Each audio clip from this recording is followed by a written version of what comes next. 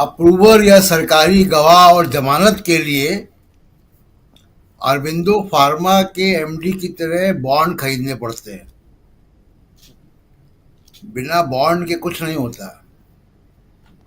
और आज ही जो डेटा सामने आया है, जिस पे नरेंद्र मोदी ने मालूम कितनी रैलियों में बोल चुके रॉबर्ट वाड्रा के बारे में, डीएलएफ को क्लीन चिट मिल गया था। अब डीएलएफ का डेटा सामने आया है और डीएलएफ ने बीजेपी को 170 करोड़ रुपए चंदा दिया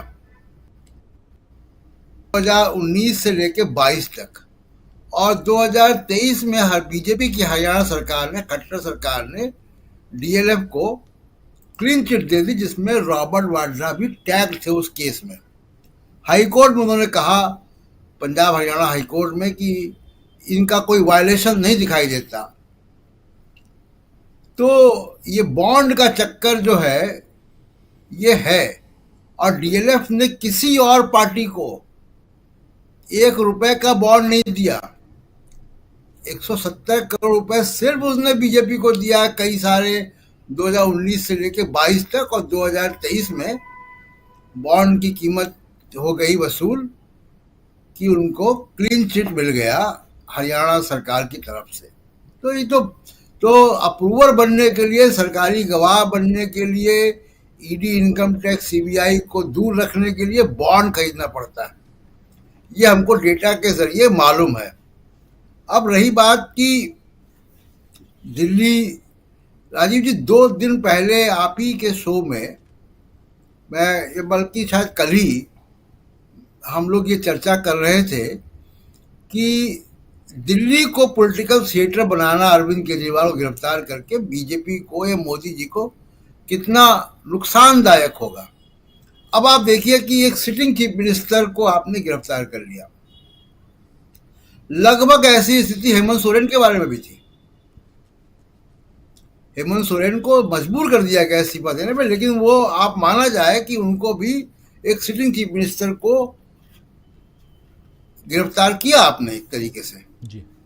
लेकिन उसमें तो जर्मनी नहीं बोला, उसमें तो अमेरिका नहीं बोला। ज्यादा बड़ी विधानसभा है झारखंड दिल्ली से।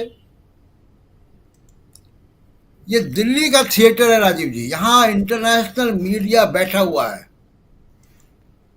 अब आज अगर आम आदमी पार्टी के लोगों ने प्रदर्शन किया तो यही गोदी मीडिया उसको दिखाने को मजबूर है। जो बीजेपी समर्थक मीडिया है उसको दिखाने को मजबूर है, चाहे वो आलोचना ही करे, दिखाने को मजबूर है। उन्हीं के पत्रकार पुलिस के द्वारा घसीटे जा रहे हैं, जिसकी चर्चा कर रहे थे पंकज जी। ये वही मीडिया है, उनके पत्रकार घसीटे जा रहे हैं जी। जो कि गलत है। पत्रकार अपनी ड्यूटी करता है और जान जोखिम में डाल के ड्यूटी करता है ऐसी जगह पे, उसको पुलिस के द्वारा पीटना बहुत निंदनीय है। उसके काम में रुकावट है, और केवल काम में रुकावट नहीं है।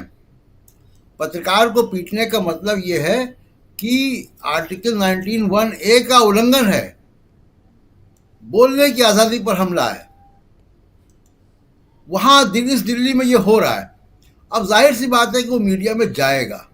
इसलिए मैंने कहा था कि राजीव जी, ये दिल्ली को पॉलिटिकल थिएटर बनाना मोदी जी के लिए बहुत काउंटर प्रोडक्टिव है, क्योंकि दिल्ली का असर पूरे भारत में, पूरी दुनिया में जाएगा।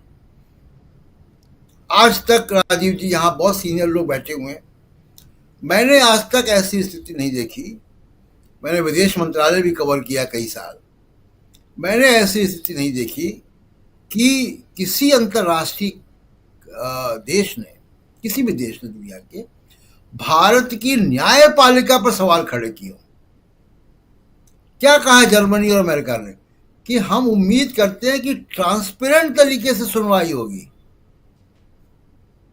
ये उम्मीद करना एक संवैधानिक लोकतंत्र में, ये कोई सीरिया नहीं है, ये कोई रवांडा नहीं है, ये कोई जो है ऐसा कंट्री नहीं है जहां पे आपको कोई शक हो कि यहाँ पे इंडिपेंडेंट जुडिशरी नहीं है। लेकिन स्थितियां ऐसी बना दी गई हैं, एक परसेप्शन पूरी दुनिया में चला गया है कि जुडिशरी भी यहाँ पे इन्फ्लुएंस्ड है। और तमाम सारे जो केसेस जाते हैं कि सुनवाई नहीं हो रही है, बेल रिजेक्ट हो गई, एक पर्टिकुलर बेंच है जहां से लोग मुकदमे वापस ले लेते हैं सुप्रीम कोर्ट में, ये सारी बातें जाती है पूरी दुनिया में। इसलिए दिल्ली का पॉलिटिकल थिएटर मोदी जी को तंग करेगा। इस बात को हम समझ लें कि झारखंड तक तो मामला ठीक था, जी तो ये मोदी जी को इस पर फैसला करना पड़ेगा दिल्ली के मामले में।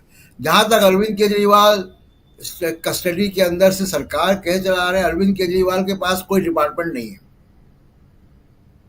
वो सिर्फ मुख्यमंत्री हैं, डिपार्टमेंट बाकी मंत्रियों के पास है, पहली बात। दूसरी बात, ऐसा कोई कानून, ऐसी कोई संवैधानिक व्यवस्था नहीं है कि कोई मुख्यमंत्री जो है वो जेल में रहकर या कस्टडी में रहकर प्रशासन नहीं चला सकता। कोर्ट को जी अगर अगर आम आदमी पार्टी जाएगी तो कोर्ट को ये विंडो प्रोवाइड करना पड़ेगा कि संवैधानिक पोजीशन में बैठा हुआ है, वो मुख्यमंत्री है। कोर्ट को 1 घंटे का 2 घंटे का विंडो क्रिएट करना पड़ेगा। जब आप सजाए जाफ्ता लोगों को जिनके ऊपर बलात्कार के और हत्या के आरोप हैं, उनको आप पेरोल दे सकते हैं 15-15 दिन का, तो एक संवैधानिक संस्था का जो मुखिया है, दिल्ली सरकार का चुना हुआ मुख्यमंत्री है दिल्ली का, उसको एक विंडो, लीगल विंडो, कि वो अपने अधिकारियों से मिल सके और वो इंस्ट्रक्शंस पास कर सके, ये विंडो मुझे लगता है कोर्ट को देना चाहिए। ये संवैधानिक प्रक्रिया के अंतर्गत है। अब इसका दूसरा असर क्या हो रहा है, अब आप देखिए, अकाली दल जो बीजेपी का पार्टनर था, आज जी वॉकआउट कर गया बीजेपी से। बिल्कुल। क्यों वॉकआउट कर गया, इसका असर आप देखिए कहां तक होगा। वॉकआउट क्यों कर गया, उनकी प्रमुख डिमांड ये है, सीटों का मामला नहीं था, उनकी प्रमुख डिमांड ये है कि बीजेपी सीट एडजस्टमेंट की बातचीत से पहले एमएसपी का कानून लाएंगे, इसकी बात करें। वो किसान आंदोलन के कमिटमेंट से पीछे नहीं हट सकते। और जिस तरीके से बीजेपी ने या उनके मीडिया ने, बीजेपी समर्थक मीडिया ने सिखों को बदनाम करने का काम किया है, उससे उनका नुकसान होता, वो बाहर निकल गए। एकमात्र जो बीजेपी का वैचारिक जिसको कहें पार्टनर था, वो अकाली दल था। अकाली दल का असर सिर्फ पंजाब में नहीं पड़ेगा राजीव जी, अकाली दल के बाहर जाने का दिल्ली की 7 सीटों पर असर पड़ेगा। दिल्ली में भी सिख पॉपुलेशन बहुत है, जी दिल्ली के 7 सीटों पे असर पड़ेगा इसका। और दूसरा कि अब पंजाब में क्या है, पंजाब में पिछली बार इनका तालमेल था, बीजेपी को 2 सीटें आई, अकाली दल को 2 सीटें आई, 1 सीट आम आदमी पार्टी को, 8 सीटें कांग्रेस को आई। अब जैसा पंकज जी बता रहे थे कि वो गांधी आ जाएंगे, वो भी जीते हुए कैंडिडेट है, अगर आ गए तो कांग्रेस की स्थिति पंजाब में बेहतर हो गई, क्योंकि 8 सीटें वो जीत कर आए थे। और जो अब अकाली दल अगर लड़ेगा, अकाली दल बहुत समय से सत्ता के बाहर हैं, उनकी पार्टी भी कमज़ोर हो गई है, तो वहाँ पे लड़ाई अब मुख्य तौर पे आम आदमी पार्टी और कांग्रेस की है। ये फ्रेंडली पार्टियों के बीच पंजाब में लड़ाई है। तो कुल मिला के बीजेपी ने पूरा जो उत्तर भारत का गेम है, पंजाब से लेकर हरियाणा से लेकर दिल्ली का जो है उसको तितर बितर कर दिया है। ये नुकसान है जो आपने पॉलिटिकल थिएटर बना दिया दिल्ली को, और इसको झेलते रहेंगे। 2 चीज़ें बहुत बड़ी झेलते रहेंगे चुनाव के अंत तक। एक, इलेक्टोरल बॉन्ड का मामला, रोज नए खुलासे होंगे। आज उत्तर प्रदेश का भी एक आ गया मामला, उस उत्तर प्रदेश की एक कंपनी को इलेक्ट्रल बॉन्ड खरीदे, उसको कश्मीर में ठेके मिले 370 हटने के बाद। डीएलएफ का बहुत बड़ा मामला है जिसको लेके मोदी साहब की दर्जनों सभाएं हैं, जी बड़ा कटाक्ष लेकर बात करते थे। तो ये दोनों मामले जो है अब पीछा नहीं छोड़ेंगे।